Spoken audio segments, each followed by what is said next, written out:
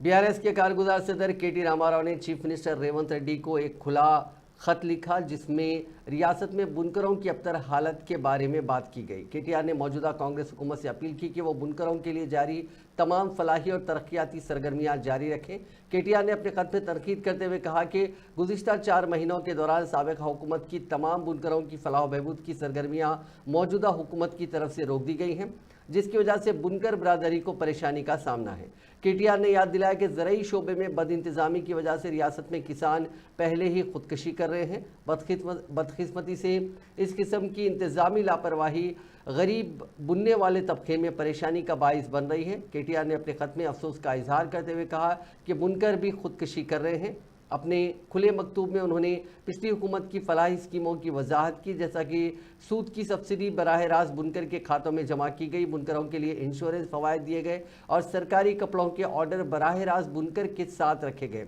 KTR ने याद दिलाया कि पिछली हुकूमत के दौर में कई दहाइयों की तकालीफ के बाद बीआरएस पार्टी की हुकूमत ने उस वक्त के चीफ मिनिस्टर